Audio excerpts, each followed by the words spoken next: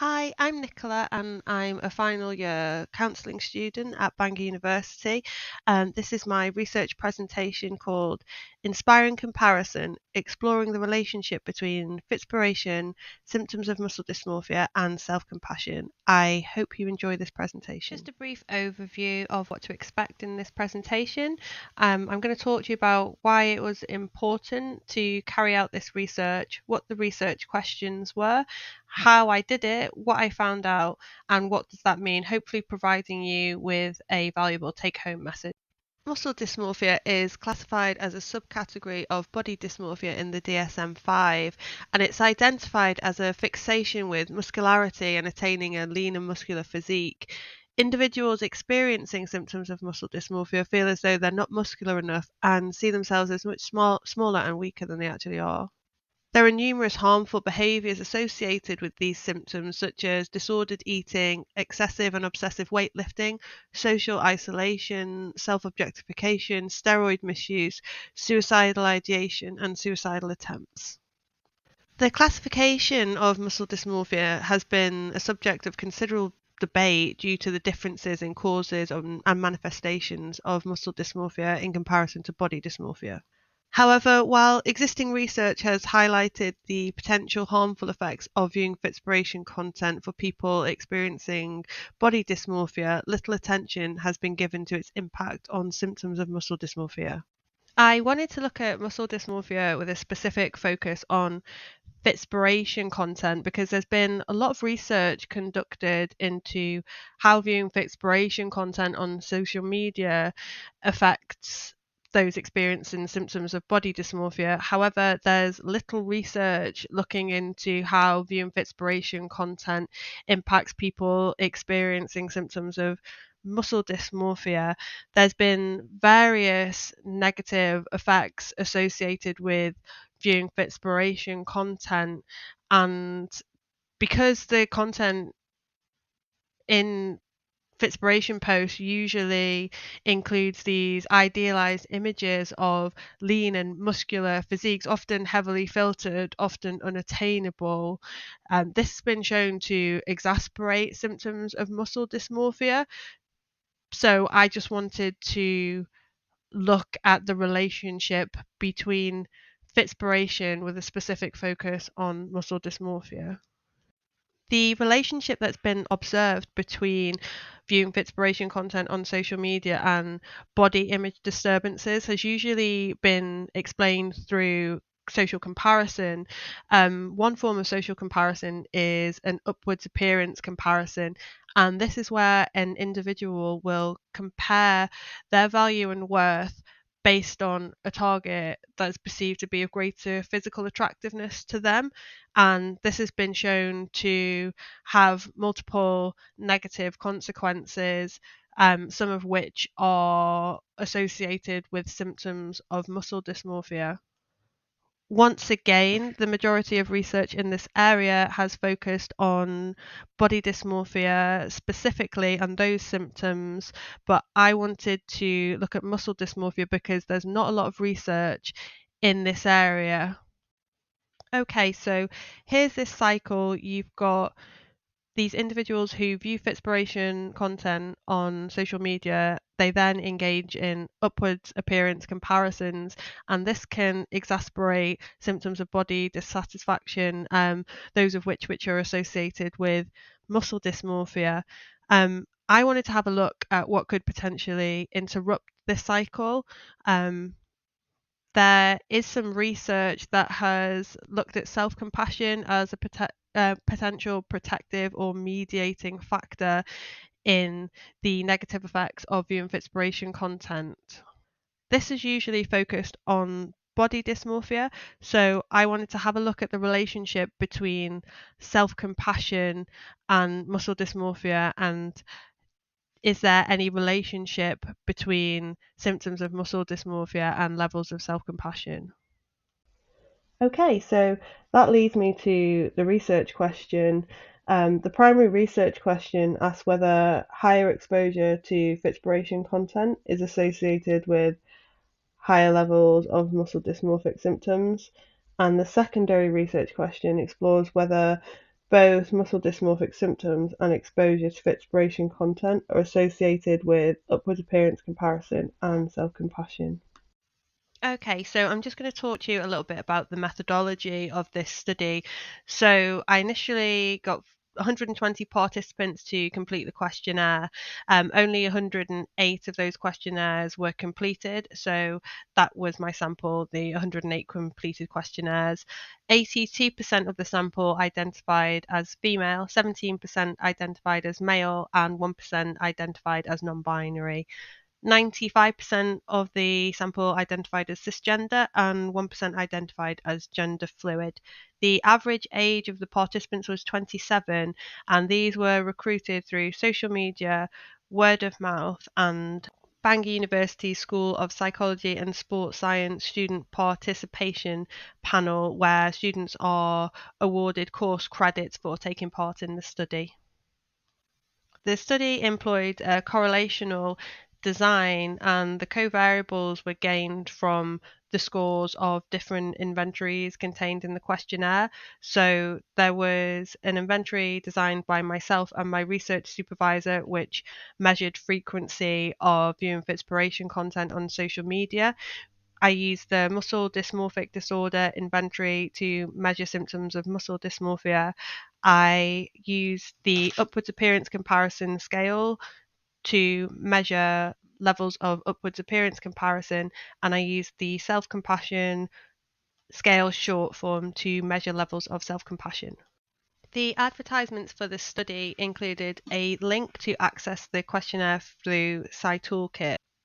The questionnaire opened on an information sheet which gave the participants information regarding the purpose of the study and a brief description of the study. Participants had to consent in order to take part in the study.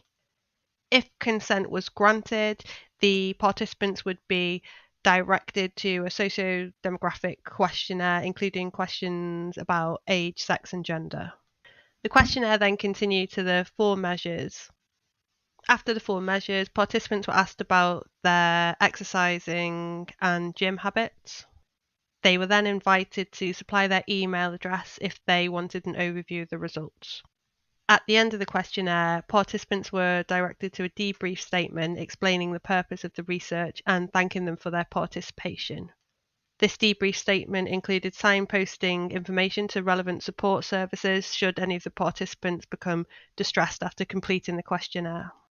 Once the questionnaire was completed, I downloaded the data and entered it into an Excel file. I then removed any identifying data such as email addresses or anything like that. And the data was then entered into SSPS, and I conducted some tests of normality. The data was not normally distributed, and so I couldn't use a parametric test. I used a non-parametric Spearman's row to test the strength of the correlations. In order to ensure that the study was ethical, I received ethical approval from the Bangor University School of Psychology and Sports Science Research Ethics Governance Committee. I ensured that informed consent was obtained from participants. All participants were aged 18 and over. Participants were informed of their right to withdraw, and they had the option not to answer questions should they not want to. Any data was stored securely on Bangor OneDrive, with any raw data being destroyed. The results remained anonymous, and participants were informed that the questionnaire was non-diagnostic. Also, the debrief statement at the end provided support organisations and resources for any potential distress. This section is going to provide you with a brief overview of the results. This colourful looking chart shows you exposure to Fitspiration content across multiple different social media platforms. You can see there on the bottom arrow that Instagram was the most used social media platform for viewing Fitspiration content. The orange bar represents every few months, the grey every few weeks, the yellow every few days, the blue every few hours, the green every hour, and the navy more than once an hour. The top arrow shows YouTube, which emerged to be the second most popular platform for viewing Fitspiration content on. This was an interesting finding because most of the current literature focuses on Instagram, TikTok, and Facebook. But as you can see here, YouTube was used to view Fitspiration content more often than Facebook and TikTok. This table shows the positive correlations observed in the study. The top arrow shows that there's a significant positive correlation between symptoms of muscle dysmorphia and upwards appearance comparison. The bottom arrow on the left-hand side shows that there's a significant positive correlation between symptoms of muscle dysmorphia and exposure to Fitspiration content. And the bottom arrow on the right shows that there's a significant positive correlation between exposure to Fitspiration content and upwards appearance comparison. This table shows the significant negative correlations that were observed in the study.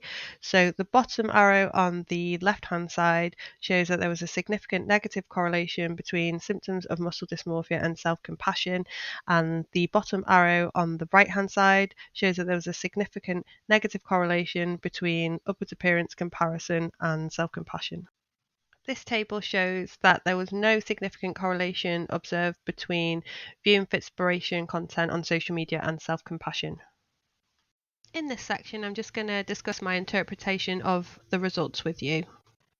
The aim of this study was to explore the relationship between viewing Fitspiration content on social media and symptoms of muscle dysmorphia, with a focus on upwards appearance comparison and self-compassion. Based on the existing research, it was predicted that Fitspiration exposure would be positively correlated with symptoms of muscle dysmorphia. This hypothesis was supported, which offers further support for existing literature that shows that viewing Fitspiration content more frequently was associated with higher levels of symptoms of muscle dysmorphia. It could be said that this is due to the unrealistic body standards that are portrayed in Fitspiration content. The positive correlation observed between upwards appearance comparison and exposure to Fitspiration content supports existing literature suggesting that individuals who view Fitspiration content more often may be more likely to engage in this upwards appearance comparison behaviour, and therefore more likely to experience negative outcomes associated with engaging in upwards appearance comparison, such as disordered eating, self-critical evaluations, and body dissatisfaction, which are all factors associated with symptoms of muscle dysmorphia. The negative correlations observed between self-compassion, upwards appearance comparison, and muscle dysmorphia offer support for previous findings, which suggest that self-compassion is associated with lower levels of appearance comparison and decreased symptoms of body dissatisfaction that are associated with muscle dysmorphia.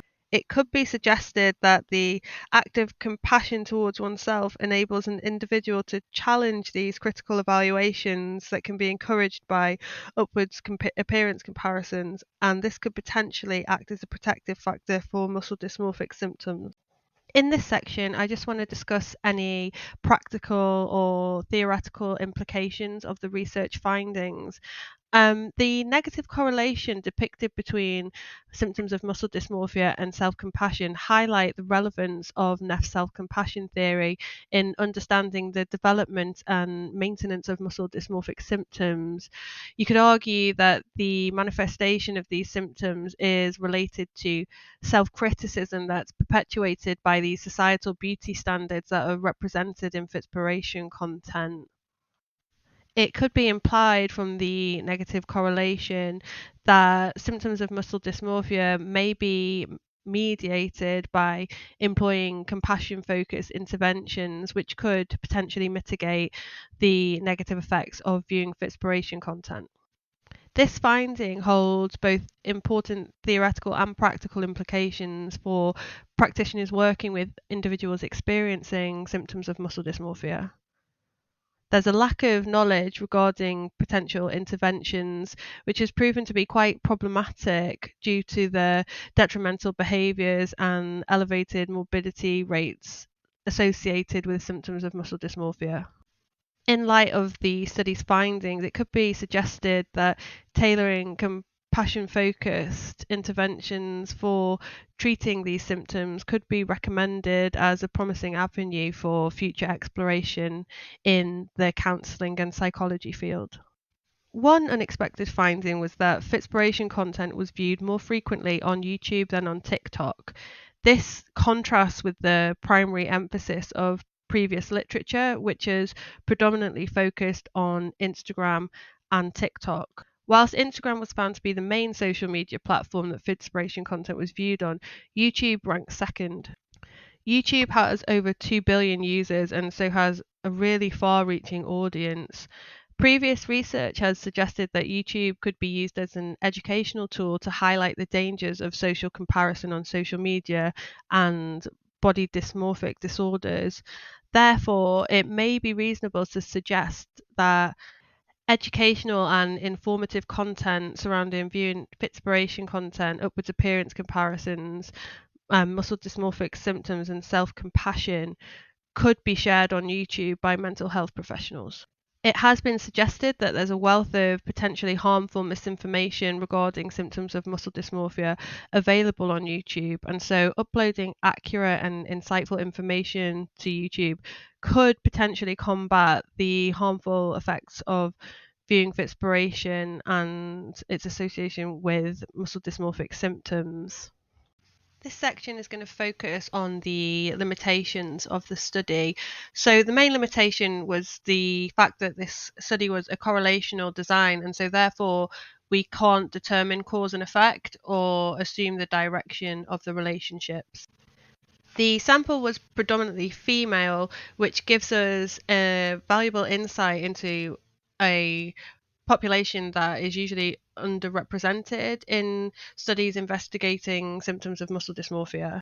However, perhaps a sample that is more balanced may have been more beneficial to the study. The measure that was used to measure Fitspiration exposure was not validated. That was created by myself and my research supervisor, and so maybe this is something that would need adjustments in the future. This was the first study to look at Fitspiration exposure with a focus on symptoms of muscle dysmorphia and self-compassion, and so it has set the groundwork for some potential future research. Perhaps an experimental design could help to determine cause and effect and understand the directional nature of these relationships. A longitudinal study could help us to understand how these relationships progress over time. Perhaps gathering qualitative data may help us to better understand the complex and nuanced relationship shared between these variables to give us a greater quality of data.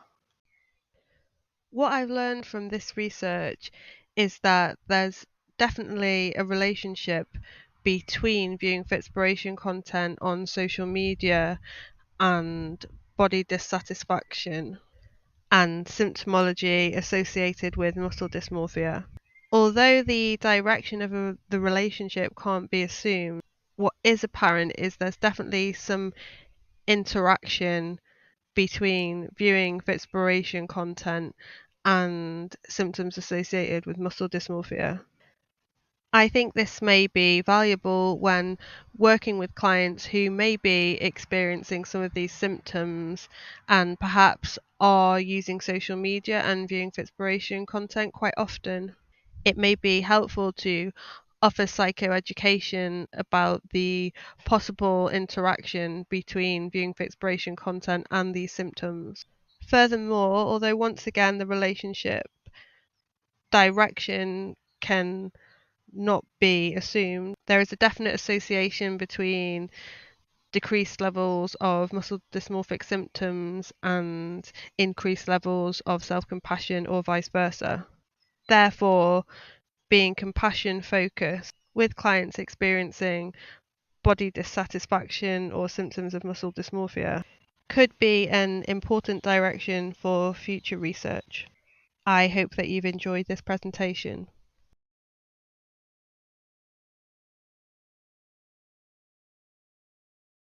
If you have any questions, please either leave a comment or drop me an email and I'll get back to you.